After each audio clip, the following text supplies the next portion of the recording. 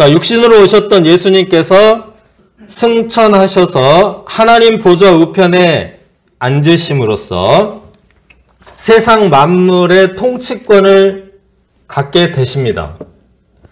그 예수님께서 당신의 성령을 우리에게 보내주신다는 것입니다.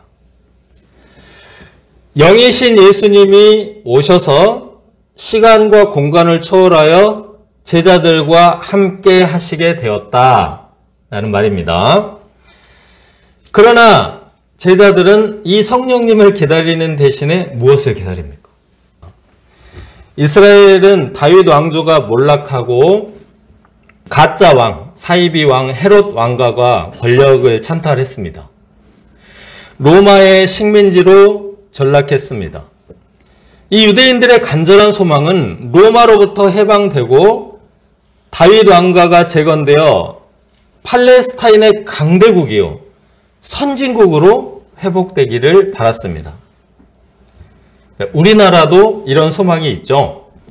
남북이 통일되고 그러면은 북쪽을 통해서 유럽으로 철도와 도로와 항공로가 열리면 자, 우리나라 지금 답답한 숨통이 트일 것입니다. 청년들 실업 문제 간단히 해결됩니다. 결혼 출산까지 3콤보로 다 해결됩니다. 마치 그런 것처럼 제자들도 이스라엘 나라의 회복을 바랐습니다. 그런데 당시 이스라엘 백성들은 로마를 제압할 힘도 없고 헤롯 왕가를 몰아낼 능력도 없습니다. 얼마나 절망적입니까? 그런데 죽음에서 부활하시고 승천하여 하늘 보좌 우편에 앉으신 예수님의 주권과 능력으로는 무엇이든지 가능합니다. 제자들은 목을 쭉 빼고 예수님께 묻습니다.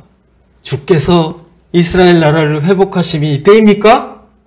곧 해결해 주실 거죠? 더 미루지 않으실 거죠? 네! 이스라엘 나라 회복의 때와 시기는 하나님 아버지께 맡기라고 하십니다. 그리고 무엇을 하라고 하십니까? 성령을 받고 땅 끝까지 이르러 증인으로 살라고 하십니다. 이스라엘 나라보다 하나님 나라 회복을 위해서 살라고 하십니다. 이스라엘은 AD 70년에 로마의 반란을 일으킵니다. 회복하기 위하여. 그랬다가 110만이 학살당하고 예루살렘 성전이 돌 위에 돌 하나도 남지 않고 무너집니다. 그리고 AD 135년 다시 반란을 일으켰다가 국가 자체가 사라지고 팔레스타인에서 완전히 추방됩니다. 그리고 1800년 후 1948년 2차 대전 종전 때 이스라엘 나라가 재건됩니다. 예수님은 제자들이 이 세상 나라의 일 혹은 개인의 회복이나 번영 같은 것보다 먼저 하나님의 나라와 의를 구하라고 하십니다. 이렇게 할 때 성도들의 아버지이신 하나님께서 이 세상에 속한 것들도 책임져 주십니다. 마태복음 6장 33절에 그런즉 너희는 먼저 그의 나라와 그의 의를 구하라. 그리하면 이 모든 것을 너희에게 더하시리라. 예수님은 하나님 나라의 일꾼들을 특별히 무엇이라고 하십니까? 증인, 증인이라고 하십니다. 땅 끝까지 이르러 내 증인이 되리라. 예수님을 알리고 예수님을 가르치고 전도하는 증인이 되는 것이 하나님 나라 일꾼이 되는 것입니다. 에덴 동산에서 아담의 타락으로 망가진 세상을 예수님께서 십자가와 부활로 재건하십니다. 에덴 낙원의 회복입니다. 이제는 예수님을 믿으면 오늘 당장 낙원의 회복, 하나님 나라 회복이 이루어집니다. 심지어 십자가형을 받은 강도도 예수님을 영접할 때 오늘 내가 나와 함께 낙원에 있으리라 하셨습니다. 예수님 안에서 닫혔던 하늘문이 활짝 열렸습니다. 그런데 문제는 이 예수님을 누가 증언할 수 있습니까? 갈릴리에서부터 예수님을 따르며 예수님의 가르침을 듣고 예수 십자가와 부활을 목격한 제자들이 증인이 될 수 있습니다. 예수님은 그 모든 것을 보고 들은 자들을 증인으로 세우십니다. 하나님 나라의 증인은 세상에서 가장 영광스러운 일이며 세상에서 가장 중요한 일입니다. 9절에서 12절을 보시면 이 말씀을 마치시고 제자들이 보는 데서 예수님이 승천하셨습니다. 아직도 제자들은 혹시나 하는 마음으로 이스라엘 나라 회복에 대한 미련을 버리지 못하고 올라가다 다시 내려오시지 않을까 하늘을 쳐다보고 있었습니다. 흰옷 입은 천사들의 책망을 듣고서야 예루살렘으로 돌아와 약속하신 성령을 기다리게 됩니다. 땅 끝까지 이르러 예수님의 증인이 되리라. 여러분, 이 증인이 얼마나 중요한 사람입니까? 요즘 법정 드라마가 많아서 증인의 중요성을 더 잘 알 수 있습니다. 그 이상한 변호사 우영우, 그리고 1,000원짜리 변호사, 이런 드라마들을 보면 2사람이나 3사람의 증인만 확보해도 확실하게 법정 싸움에서 승리합니다.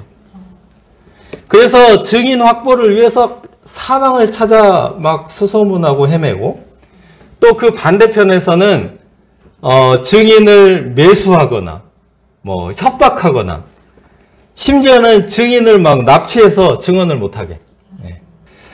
마귀 사탄은 예수님을 만난 사람들이 증언을 하지 못하도록 애를 씁니다. 협박하고, 너 그러다 망해. 하나님 나라 구하다가 이스라엘 나라 회복 못해. 회방하고, 매수하고, 막 납치하고, 할 수 있는 건 다 합니다. 마태복음 24장 24절에 할 수만 있으면 마귀는 택하신 자들도 미혹합니다.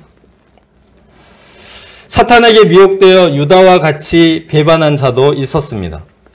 그러나 그 당시 증인의 자리를 굳게 지킨 자들이 많았습니다. 예수님의 증인은 당시 사도들 이제 11명, 그리고 예루살렘 다락방에 모인 그 증인들이 몇 명이죠? 한 120명 정도 된다고 했습니다. 그리고 사도 바울이 고린도전서에서 예수님을 목격한 성도, 동시에 목격한 성도들이 몇 명이라고 했죠? 500여 형제, 500여 명. 자, 이 정도 증인이면 어떻습니까? 네, 충분하고 이 넉넉합니다, 증인이. 그래서 이 예수님의 이야기, 오늘날 우리가 전해주는 이 예수님의 이야기는 거의 진실 그대로, 완벽하게 진실 그대로임을 우리가 알 수 있습니다. 너무나 많은 증인들이 있기 때문에 크로스 체크가 다 돼요. 크로스 체크가. 그래서 왜곡될 수도 없고 와전될 수도 없는 이야기입니다. 이 증인들 때문에 오늘날 우리도 예수님의 이야기를 생생하게 듣고 믿을 수 있게 되었습니다. 예수님의 이야기가 땅끝까지 증거되었습니까? 세상에 편만하게 알려졌지만 아직 땅끝까지는 아닙니다. 예수님께서는 이 시대에 우리가 당신의 증인으로 증언대 서주기를 원하십니다.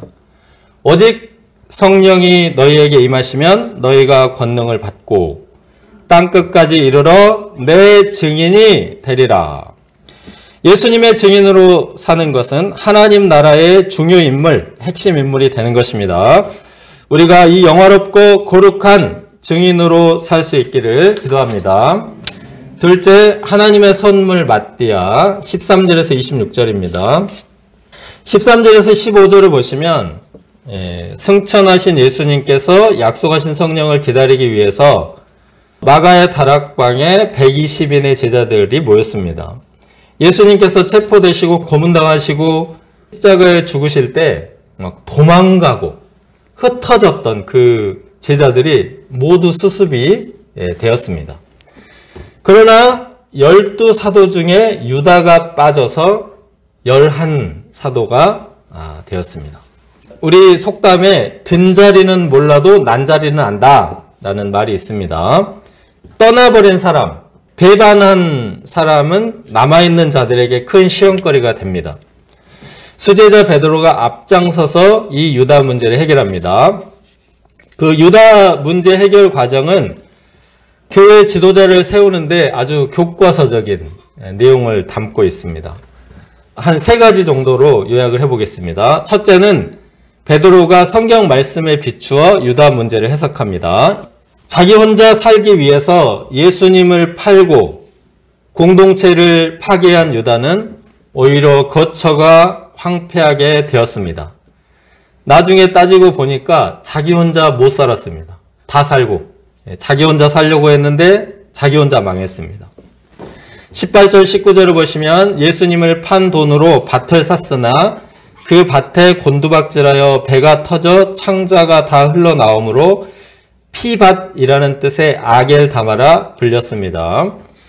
이는 시편 말씀처럼 배신자의 비참한 결말입니다. 또한 시편 말씀처럼 그 직분을 타인이 취하도록 새로운 사도를 선출합니다. 둘째, 제비뽑기입니다. 이 제비뽑기는 구약 성경에 종종 나오는 하나님의 뜻대로 결정하는 방법 중 하나입니다. 처음부터 막 모든 후보자를 다 모아놓고 뽑는 것은 아닙니다. 사도의 자격을 충분히 검토하는 과정을 거칩니다. 그리고 나서 인간의 기준으로 우열을 가릴 수 없는 요셉 바사바와 ματ디아 중에 1인을 뽑았습니다. 제비 뽑은 결과 맏디아가 11사도의 수에 들어갑니다. 요셉 바사바, 안식일의 아들이라는 히브리어 이름입니다. 아마도 이 사람은 안식일을 정말 잘 지킨 것 같습니다. 유대인들이 생명처럼 여기는 안식일의 아들이니까 인정과 칭찬이 자제했을 것입니다. 또 이 사람의 별명은 유스도인데 헬라어 별명입니다. 정의의 사람, 저스티스. 헬라어 별명이 따로 있을 정도로 알려진 사람입니다. 그런데 맏디아는 하나님의 선물이라는 뜻입니다. 하나님께서는 하나님의 선물이라는 이름의 맏디아를 택하셨습니다. 덜 유명하고 덜 알려진 사람은 하나님께서 택하십니다. 하나님의 은혜롭고 자비로우신 성품을 보여줍니다. 셋째, 증인을 뽑았습니다. 예수님께서 요한의 세례를 받고 메시아의 공적 생애를 시작할 때부터 부활하여 승천하실 끝까지, 처음부터 끝까지 동행하며 모든 것을 보고 들은 사람입니다. 처음부터 끝까지 일편단심 변함없이 충성된 사람입니다. 이런 사람이 11사도와 함께 부활하신 예수님의 증인이 될 수 있습니다. 교회의 일꾼, 신앙 지도자의 요건은 다른 무엇보다 예수님의 증인이어야 합니다. 예수님을 인격적으로 잘 만나고 신실하게 훈련받은 사람이어야 합니다. 요리를 잘하는 사람도 아니고 공부를 잘하는 사람도 아니고 노래를 잘하는 사람도 아닙니다. 예수님을 잘 아는 사람입니다. 십자가 용서의 사랑도 깊이 경험하고 예수님의 이적과 기적도 경험한 사람. 예수님을 증언할 수 있어야 사람을 살릴 수 있고 예수님을 증언할 수 있을 때 교회도 건강하게 세울 수 있습니다. 우리가 예수님을 알되 CCTV처럼 정확하고 분명하게 마치 그 장면을 영상으로 찍어 놓은 것처럼 알면 얼마나 좋겠습니까? 신앙생활을 대충 하지 않고 성경 공부 타성에 젖어서 하지 않는 거죠. 신앙 경험이 분명하지 않으면 좋은 증인이 되지 못합니다. 하나님을 본 것 같긴 한데 분명한 건 아니고 그렇다고 못 봤다고 할 수도 없고 이렇게 얼버무리면 좋은 증인이 될 수 없습니다. 우리가 말씀 묵상을 해도 어두운 하늘에 별이 떠오르기까지 묵상하고 예수님을 경험하되 부인할 수 없는 경험. 하나님을 만나되 페이스 투 페이스, 얼굴과 얼굴 대면하여 보는 것처럼 생생하게 만나는 것입니다. 이처럼 신앙 체험이 깊고 분명하면 먼저 자신이 견고한 믿음의 사람으로 변화됩니다. 뿐만 아니라 이처럼 생생한 증언을 듣는 자가 믿을 수 있습니다. 증인의 직분이란 참으로 고귀합니다. 하나님은 배반하고 떠나간 가룟 유다 대신에 ματ디아를 세우십니다. 맏디아, 하나님의 선물, 하나님의 귀한 선물, 하나님의 값진 선물.